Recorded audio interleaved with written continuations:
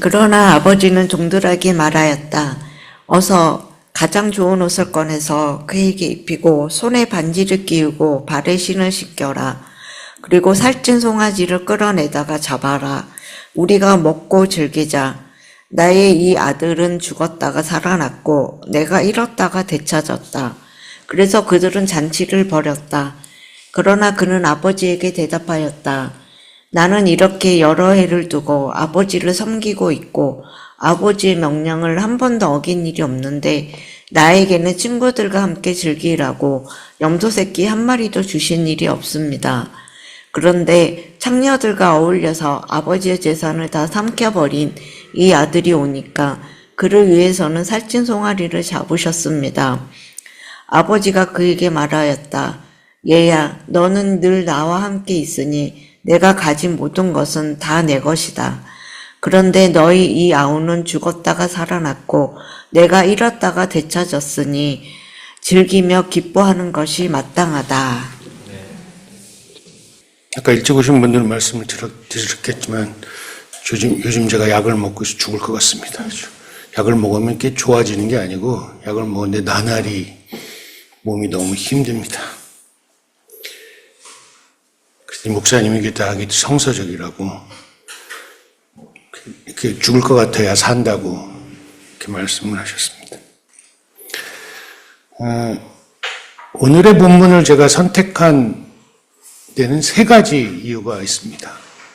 첫 번째 이유는 제가 어찌어찌 그 정호승 시인님하고 무슨 일을 도와드렸는데 정호승 시인님이 뭐 대국민 이렇게 메시지로 해서 멘토로 책을 읽고 뭐 강의하고 메일 보내고 뭐 이런 걸 하시는데 뭐 일이 어떻게 뭐가 잘못돼서 선생님이 전화를 하셨는데 뭐 프로필이 잘못됐다고 그래서 그걸 고쳐주는데 어쨌든 거기에 이제 책을 10권을 소개하는 코너가 있습니다. 그래서 정원 선생님이 추천하신 책 10권을 추천을 하신 걸 제가 봤는데 거기에 헨리 나우엔의 탕자의 귀향이라는 책이 있었습니다.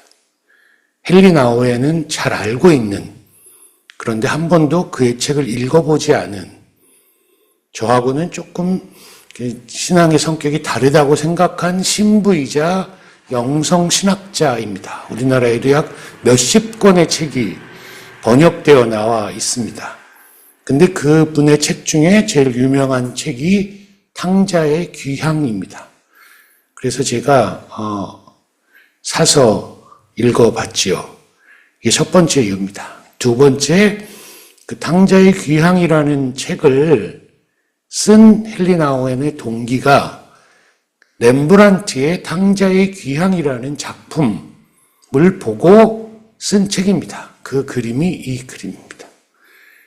오늘 제 말씀에 제일 가장 은혜를 입은 분께 제가 이걸 선물로 드리려고 아주 설교를 앵벌이처럼 그렇게 비싸지 않습니다.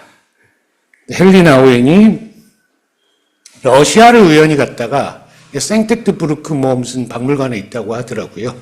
이 그림을 그렇게 한참을 보고 돌아와서 이 복사본을 사서 또 걸어놓고 한참을 들여다보고 이 오늘의 읽은 본문인 누가복음의 말씀을 가지고 설교 내용을 쓴 책입니다. 우리나라에도 몇십 쇄가 나와서 굉장히 많은 분들이 읽어보셨을 거예요. 근데 아마 우리 교인들은 안 읽어보셨으리라고 제가 생각합니다. 성향이 좀 다르잖아요. 이게 두 번째 이유입니다. 제가 지난번 설교 때도 렘브란트의 그림을 보고 설교를 했었습니다. 그리고 세 번째는 제가 지금 갖고 있는 절망감입니다. 그래서 오늘의 설교 제목이 절망의 끝에서 아버지가 되라, 어머니가 되라입니다. 제가 예전에 설교란 무엇인가 이런 제목으로 설교를 한 적이 있습니다. 그런데 오늘 제가 설교를 준비하면서 제게 이 질문이 느닷없이 들어왔습니다. 그리고 이 부분을 붙잡고 한참 씨름을 했습니다. 듣는 이에게 설교가 무엇인지가 아니라 설교를 하는 나는 설교가 무엇이냐고 생각하느냐고 하나님께서 질문하십니다. 제가 구약을 깊이 읽으면서 성서는, 특히 구약은 이스라엘 공동체의 뒤늦은 신앙 고백이라는 말씀을 여러 번 드렸습니다. 신약도 다르지 않습니다. 그러면 제가 지금 하고 있는 설교도 그 말씀들을 지금 이 자리에 맞게 해석해서 그냥 전달하는 게 아니라 그 속에 설교자의 고백이 있어야 한다고 깨달았습니다. 지금 제가 처한, 우리 교회가 처한, 그리고 우리 사회가 처한 이 현실에서 성서 말씀을 통해 새롭게 하는 신앙 고백이어야 한다는 것을 깨달았습니다. 오늘의 말씀을 통해 제가 지금 겪고 있는 절망감에 대한 고백이 있어야 한다고 새삼 깨닫게 되었습니다. 흔히 오늘의 본문을 돌아온 탕자의 귀향, 성경에는 이를 잃은 아들을 되찾은 아버지의 비유 또는 되찾은 아들의 비유라고 합니다. 저는 원래 이 본문을 아주 싫어했고 이 내용을 책을 읽기 전까지는 이걸로 설교를 할 거라고는 전혀 생각을 한 적이 없습니다. 왜 이걸 설교를 하고 싶지 않았냐 하면 이게 맨날 돌아온 탕자 얘기잖아요. 그게 제일 유명하잖아요. 근데 제가 우리 교인들을 이렇게 뵈면 우리 교인들은 이런 돌아온 탕자의 범주에 속하지 않는 되게 모범생 스타일이시고 아시겠지만 저는 스타일도 그렇고 살아온 인생도 딱 돌아온 탕자입니다. 그래서 돌아온 탕자 이야기를 하는 이 말씀이 저는 되게 마음에 안 들었고 이걸로 설교를 하리라고는 생각한 적이 없습니다. 그리고 곰곰이 생각해 보니까 더 중요한 이유도 있습니다. 저는 이런 부자 아버지가 없습니다. 하나도 안 들어옵니다. 이런 말이. 이게 원래 처음에 본문에 보면 재산을 나눠달라 이렇게 얘기하고 나눠가 갖고 가서 이제 탕진하고 다 돌아오고 그럼 아버지가 이렇게 품에 안아주고 이런 내용이잖아요. 그러면 기본적으로 부자 아버지가 있어야 되는 내용이잖아요. 그러니까 마음에 안 들고 그 다음에 세 번째는 우리 교회도 그렇지만 자녀 없는 분들도 많은데 이게 돌아온 탕자, 돌아온 자식을 안고 이게 이렇게 싹 마음에 그렇게 와닿는 주제가 아니었습니다. 그래서 이걸로 설교를 하리라고는 생각하지 못했는데 이런저런 이유로 하게 됐습니다. 둘째 아들이 재산을 달라고 요구하고 그 재산을 갖고 가는 것, 이게 지금 시대도 그렇지만 예전 시대에는 엄청나게 불효막심하고 배은망덕한 짓입니다. 재산을 나눠주는데 앞에 누가복음에 보면 재산을 나눠달라 그러니까 이 아버지가 되게 현명한 아버지예요. 둘째 아들에게도 나눠주고요. 첫째 아들에게도 나눠줍니다. 그렇게 써 있습니다. 그런데 이제 어느 해석을 보니까 이게 다 나눠준 게 아니고 3분의 1씩 나눠줬다 그러더라고요. 자기가 갖고 있는 재산의 3분의 1은 둘째 아들, 3분의 1은 큰아들, 3분의 1은 자기 이렇게 갖고 있다고 하더라고요. 그래서 가진 재산을 팔아서 다 탕진하고 돼지를 치는 것으로 전락한 아들이 이제 집에 가서 용서를 빌고 아버지의 종으로라도 살아야겠다 결심합니다. 이게 오늘 읽은 본문의 앞의 내용입니다. 절망의 끝에서 회개하는 모습입니다. 렘브란트의 그림은 렘브란트는 빛의 화가라고 하지요.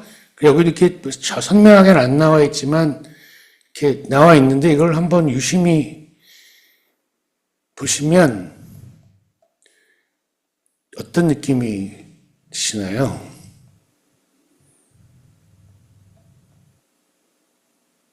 별 느낌이 없으실 거예요. 설명을 해드려야. 아버지가 제일 아버지 얼굴이. 아버지도 큰아들이니까 저쪽이 빛이 하이라이트. 그렇죠. 이 아버지의 얼굴과 이것과 그 다음에 요쪽이 등짝, 둘째 아들의 등짝이 나오는 건데 구도를 잘 보시면 일단 이 아버지의 아들 돌아온 탕자가 주인공임에도 불구하고 정면이 아닙니다. 이렇게 밀려 있습니다. 그렇죠. 이쪽에 있고요. 이 사람에 대해서는 이제 굉장히 의견이 분분했습니다. 이 큰아들 같지요? 뭐 정답은 없습니다. 설명을 해놓은 건 아닌데. 그런데 성서에 보면 큰아들은 이 당시에 없습니다. 문 밖에서 아버지한테 따지고 항의합니다. 성서에 그렇게 나와 있어요. 이렇게 끌어안고 있을 때는 아들이 원래 없어요. 그러니까 이게 뭐 그냥 지나가는 사람이다, 옆에 있는 뭐 종들이다 이렇게 얘기했는데 대부분의 해석은 큰 아들이라고 해석합니다. 네, 이렇게 이쪽에 있는 빛이. 자, 제가 은혜 받으시면 선물로 드리겠습니다. 별로 안 비쌉니다. 이 렘브란트가 이 그림을 그린 당시에 자식도 다 잃고 사랑하는 이도 죽고 재산도 잃고 명성도 잃고 그래서 죽기 얼마 전에 그린 그림입니다. 이 그림이 그렇습니다. 렘브란트가 굉장히 좋은 명화 그리고 성화를 많이 그렸는데 생각보다 인생이 그렇게 순탄하지 않았고 삶도 그랬습니다. 말년에 죽기 말년에 그린 그림입니다. 그래서 아까도 말씀드렸지만 헬리나우엔이 이거를 러시아의 박물관에서 보고 너무 감명을 받아서 원래는 이제 이런 명화를 보려면 여러분들 외국 나가서 명화를 보셨으면 오래 못 보게 합니다. 이렇게 줄 서서 이렇게 보고 쓱 나가야 되고 막 그런데요. 백을 써서 한참을 앉아서 이 그림을 봤답니다. 그리고 복사본을 갖고 와서 한참 보고 이 유명한 신학자가 정신지체 아들이 살고 있는 곳으로 가서 거기서 몇 년을 봉사를 하다가 소천을 합니다. 그 내용이 그 책에 다 써 있습니다. 꼭 한번 사서 읽어보시면 좋겠습니다. 그리고 렘브란트의 그림을 보시면 제가 이제 사진에도 이제 주보에도 이렇게 해놨는데요.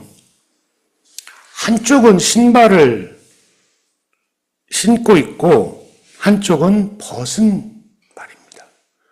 그러니까 거짓골이 되어서 신발도 제대로 못 신고 돌아왔다는 것을 표현하기 위해서 써 있는 건데요.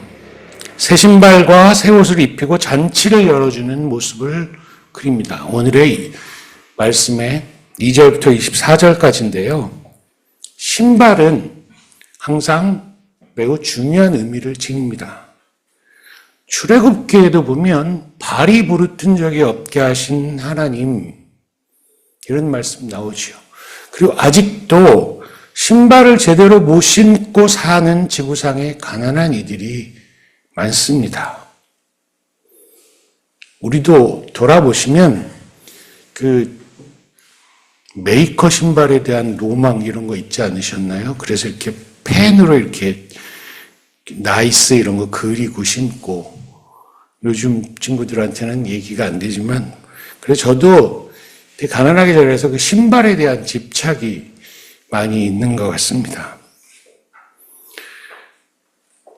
둘째 아들은 아주 전형적인 우리의 모습입니다. 그렇지만 다시 성경을 자세히 들여다보면 큰 아들의 문제가 보입니다. 이 렘브란트의 그림에서 나와 있는데 큰 아들의 모습만 제가 크게 이렇게 표현을 거기 써인 그걸 보시면 되는데요. 일부러 렘브란트가 큰 아들을 성서의 내용에는 없지만 그려 넣었다는 해석이 많습니다. 얼굴을 한번 자세히 보십시오. 되게 복잡한 표정의 얼굴이지요. 그 렘브란트 그린 큰 아들의 모습이. 아버지를 모시고 집에 살지만 그도 집으로 돌아와야 할 사람임을 보여줍니다. 어쩌면 우리 인생은 둘째보다 첫째 아들을 더 닮았는지도 모릅니다. 이 비유는 바리새인들이 어찌 죄인들하고 먹고 마시느냐? 율법에 그렇게 돼 있지 않느냐? 라고 항의하고 질문하는 것에 대한 예수님의 대답 속에 나옵니다. 예수님은 그 대답을 하면서 세 가지 비유를 말씀하시는데요. 하나가 잃어버린 양의 비유, 두 번째가 잃어버린 동전의 비유, 그리고 세 번째가 잃어버린 아들의 비유입니다. 이 세 가지 비유를 누가복음에서 기록하고 있습니다. 잃어버린 동전, 잃어버린 양, 그리고 잃었던 아들을 되찾는 비유. 이 세 가지 비유의 공통점은 다 잔치를 벌린다는 것입니다. 하나님이 크게 기뻐하신다는 것입니다. 그리고 중요한 건 이 세 비유에서 공이 같이 기뻐하라 라고 나옵니다. 이 다 같이 기뻐하자는 말씀에 첫째 아들이 반항합니다.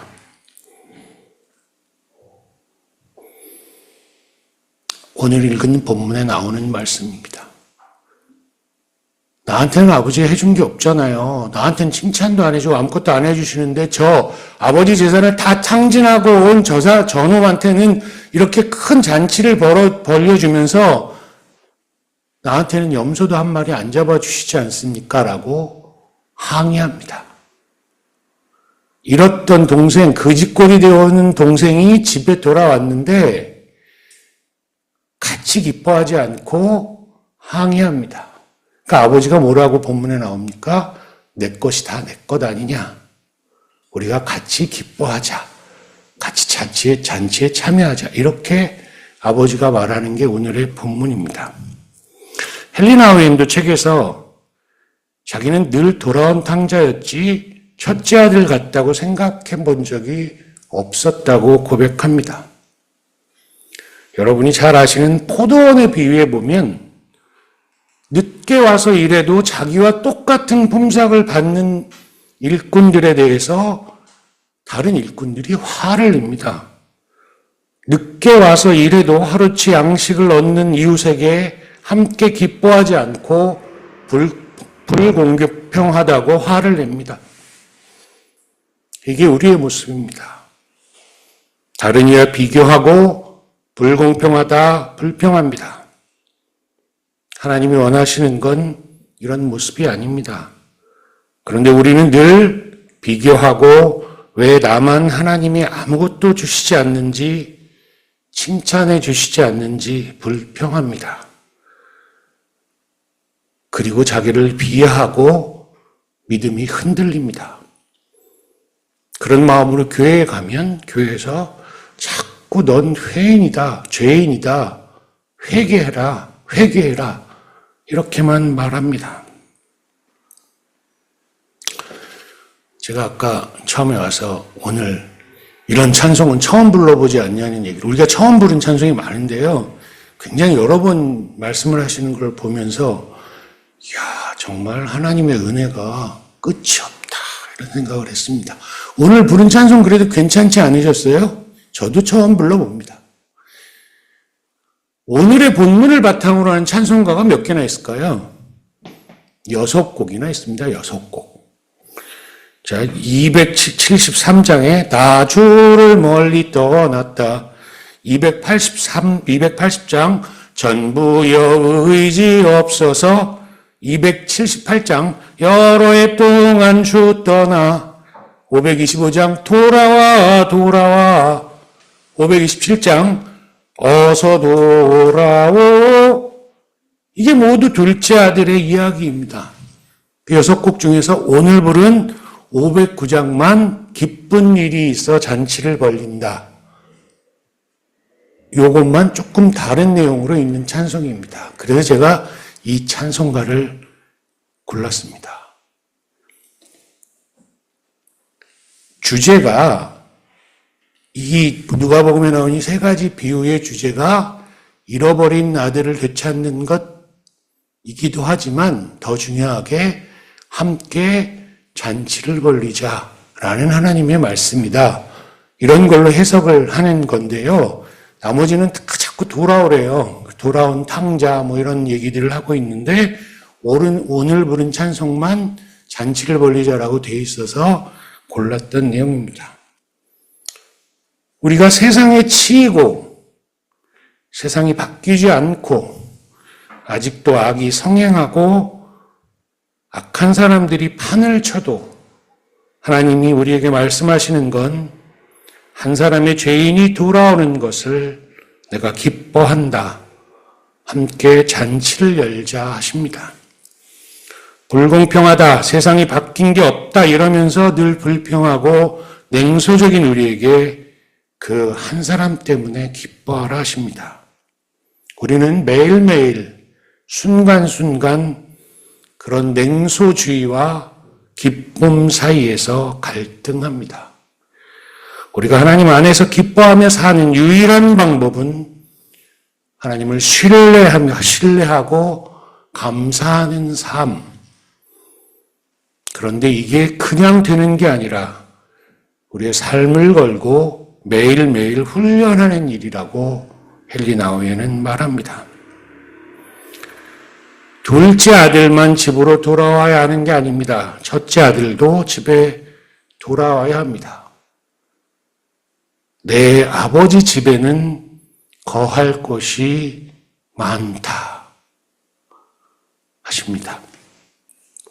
아직 한국의 기독교는 돌아온 탕자에 머물고 있습니다.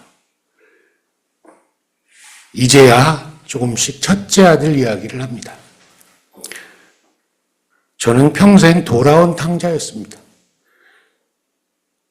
그런데 우리 오거리 교회를 시작하고 첫째 아들이 되기 시작했습니다. 그런데 제 모습은 한 사람의 죄인이 돌아온 걸 함께 기뻐하고 잔치에 참여하는 사람이 아니라 문 밖에서 아버지에게 항의하는 첫째 아들임을 고백합니다. 자꾸 내가 한 걸 자랑하고 싶어 합니다. 칭찬받고 싶어 합니다. 그리고 제가 지금 처한 상황이 화가 납니다. 하나님께 불평합니다. 칭찬도 안 해주시고 뭐가 잘 되는 게 아니라 자꾸 안 되는 쪽으로 나를 끌고 가시는 것 같습니다. 몸도 아프게 하시고 살집도 고민하고 구해야 하는 형편에 처하게 하시고 이제 교회마저 나가라고 합니다. 탕자였을 때의 절망감 못지않은 절망감이 자꾸 저를 괴롭힙니다. 성서에서도 그리고 렘브란트의 그림에서도 첫째 아들이 회개하고 자기 진짜 집으로 돌아와서 잔치에 기쁘게 참여했는지는 말하지 않습니다. 아까 그림에서 보셨듯이 저렇게 눈을 부릅뜨고 집에 돌아온 동생과 아버지를 쳐다보는 큰아들. 우리는 어떠신가요? 그런데 헬리나우에는 책에서 자신에게 그리고 우리에게 아버지가 되라 그렇게 말합니다. 저는 살면서 한 번도 깊이 생각해 보지 않은 이 대목에서 오래 머뭇거렸습니다. 늘 하나님을 알고 싶다, 하나님의 말씀이 무엇인지, 하나님의 만드신 세상이 왜 이런지 이런 질문만 가득했습니다. 물론 필요한 질문이지만 왜 너는 하나님에게 너를 드러내 보이지 않느냐 물으십니다. 먼저 우리에게 아버지의 외로움, 절망감 그걸 보라 하십니다. 자기 재산을 나눠달라 하고 어디서 뭘 하고 있는지 모르는 둘째 아들에 대한 걱정과 절망감을 생각해 보십시오. 이제 거짓골이 되어 돌아온 아들을 껴안아 기뻐 잔치를 여는데 그동안 순종하고 자기와 함께 살아온 착한 큰아들이 눈을 부릅뜨고 따집니다. 난 뭡니까? 나한테 어떻게 그러실 수 있습니까? 그 첫째 아들을 달랩니다. 내 것이 다 내 것 아니냐. 자식이 왼수죠. 무자식이 상팔자입니다. 이렇게 해석하시면 안 됩니다. 그런 아들들을 품에 안고 달래고 어르는 아버지의 모습이 하나님이십니다. 그 아버지에게서 하나님을 보셔야 합니다. 아무 조건이나 자격이 없어도 은혜를 베푸시는 아버지 하나님, 돌아오기만 하면 용서하시는 아버지 하나님, 그 하나님을 믿어야 한다. 믿기만 하면 된다. 이게 그동안에 아우구스티누스, 칼뱅, 마틴 루터, 칼바르트 이런 분들의 유명한 신학자들의 이야기고 교회와 전통의 말씀입니다. 해방신학에서는 이 둘째 아들의 처한 처지를 가난한 사람으로 해석합니다. 그리고 이 큰아들의 모습을 기득권자로 해석합니다. 그래서 그 아버지의 신앙은 이런 억압받는 사람들을 해방시켜 주시는 것, 이렇게 이 본문을 해석합니다. 조금씩 다르지만 비슷합니다. 그런데 헬리나우에는 거기서 한 걸음 더 나아가서 그 영적 아버지가 되라고 합니다. 그 영적 아버지처럼 살라고 합니다. 렘브란트의 그림을 다시 보시면 제가 또 있습니다. 양쪽에 이 손이 다릅니다. 주보에 있습니다.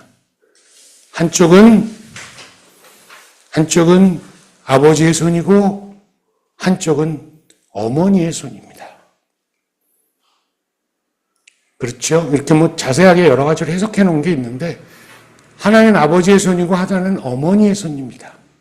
그런 부모가 되라는 그 부모의 마음으로 자식을 저렇게 안고 있다고 그린 겁니다. 그런데 교회는, 전통은, 그리고 무슨 사조는 자꾸 우리를 둘째 아들에만 가둬놓습니다. 그리고 조금 더 발전해서 첫째 아들에게만 가둬놓습니다. 그런데 이제 그 아버지가 되라 하십니다. 아무리 외롭고 힘들고 자식이 왼수 같아도 이웃이 죽이게 미워도 품에 안고 용서하고 안아주라고 하십니다. 그리고 그 잃어버렸던 아들 그 한 사람으로 크게 기뻐하고 잔치를 열라 하십니다. 그게 천국의 삶이요 하나님의 나라를 이 땅에 이룩하는 일이라고 하십니다. 그런 아버지, 그런 어머니가 되라 하십니다. 누가복음 6장에 보면 너희가 너희를 사랑하는 사람들만 사랑하면 그것이 너희에게 무슨 장한 일이 되겠느냐. 죄인들도 자기네들만 사랑하는 사람들을 사랑한다. 너희를 좋게 대하여 주는 사람에게만 너희가 좋게 대하면 그것이 너희에게 무슨 장한 일이 되겠느냐. 죄인들도 그만한 일은 한다. 도로받을 생각으로 남에게 구워주면 그것이 너희에게 무슨 장한 일이 되겠느냐. 죄인들도 고스란히 받을 요량으로 죄인들에게 구워준다. 그러나 너희는 너희 원수를 사랑하고 좋게 대하여 주고 또 아무것도 바라지 말고 구워주어라. 그리하면 너희는 큰 상을 받을 것이요 더없이 높으신 분의 아들이 될 것이다. 그분은 은혜를 모르는 사람들과 악한 사람들에게 인자하시다. 너희 아버지께서 자비로우신 것 같이 너희도 자비로운 사람이 되어라. 로마서에 보면 8장에 보면 하나님의 영으로 인도함을 받는 사람은 누구나 다 하나님의 자녀입니다. 여러분은 또다시 두려움에 빠뜨리는 종살이의 영을 받은 것이 아니라 자녀로 삼으시는 영을 받았습니다. 그래서 우리는 그 영으로 하나님을 아빠, 아버지라 부릅니다. 바로 그때에 그 성령이 우리의 영과 함께 우리가 하나님의 자녀임을 증언하십니다. 자녀이면 상속자이기도 합니다. 우리가 그리스도와 함께 영광을 받으려고 그와 함께 고난을 받으면 우리는 하나님이 정하신 상속자요 그리스도와 더불어 공동 상속자입니다. 분명히 말씀하고 계십니다. 하나님이 자비로우시니 너희도 자비로워라. 우리는 하나님의 자녀로 우리가 상속자라고 말씀하십니다. 무엇을 상속받았을까요? 하나님의 용서, 사랑, 그 아버지의 마음입니다. 그렇게 자식을 이웃을 용서하고 사랑하고 끝까지 품에 안아야 한다고 말씀하십니다. 저는 이제 겨우 집에 돌아온 탕자 같다 생각했습니다. 그런데 지금 보니 왜 제게는 요거밖에 주시지 않느냐고 불평하는 큰아들임을 깨달았습니다. 남과 비교하고 세상과 비교하고 늘 불안하고 시기하고 질투하고 때론 나를 비하하고 학대하는 큰아들이었습니다. 그때마다 늘 절망감에 빠졌습니다. 칭찬받고 싶어 하고 어떤 식으로든 보상받고 싶어 했습니다. 그런데 오늘 말씀에서 저에게 이제 돌아온 탕자도 아니고 첫째 아들도 아니고 그 아버지가 되라 하십니다. 아버지의 삶이 편안하고 즐거울 거라고 말씀하시지 않습니다. 죽기까지 충성하는 일은 끝까지 나를 절망에 빠뜨리는 자식을, 이웃을, 세상을 품에 안는 일이다. 너는 내 상속자다 하십니다. 그 영광의 자리까지 고난을 기꺼이 받아들이고 그 자리에 와야 한다. 오라 하십니다. 지금까지 방탕한 아들이요 딸이었습니까? 아니면 늘 단정하고 바르고 어긋나지 않게 살려고 애쓰는데 왜 내 것은 이것밖에 안 되느냐고 늘 남과 비교하면서 하나님께 불평과 불만만 가득한 큰아들, 큰딸이셨습니까? 이제 그런 자식들을 품에 안는 아버지가, 어머니가 되라 하십니다. 그리고 늘 신뢰와 감사로 훈련하고 하나님의 집에 돌아오는 그 한 사람을 위해 크게 기뻐 늘 잔치를 여는 마음으로 살라 하십니다.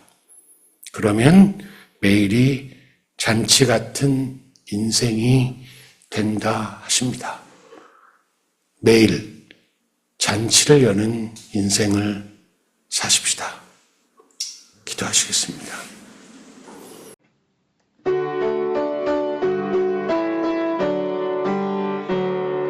주여 우리 축복하소서. 당신의 평화를 주소서. 우리 위에 주의 손으로 주여 잡아주소서. 어두운 세상에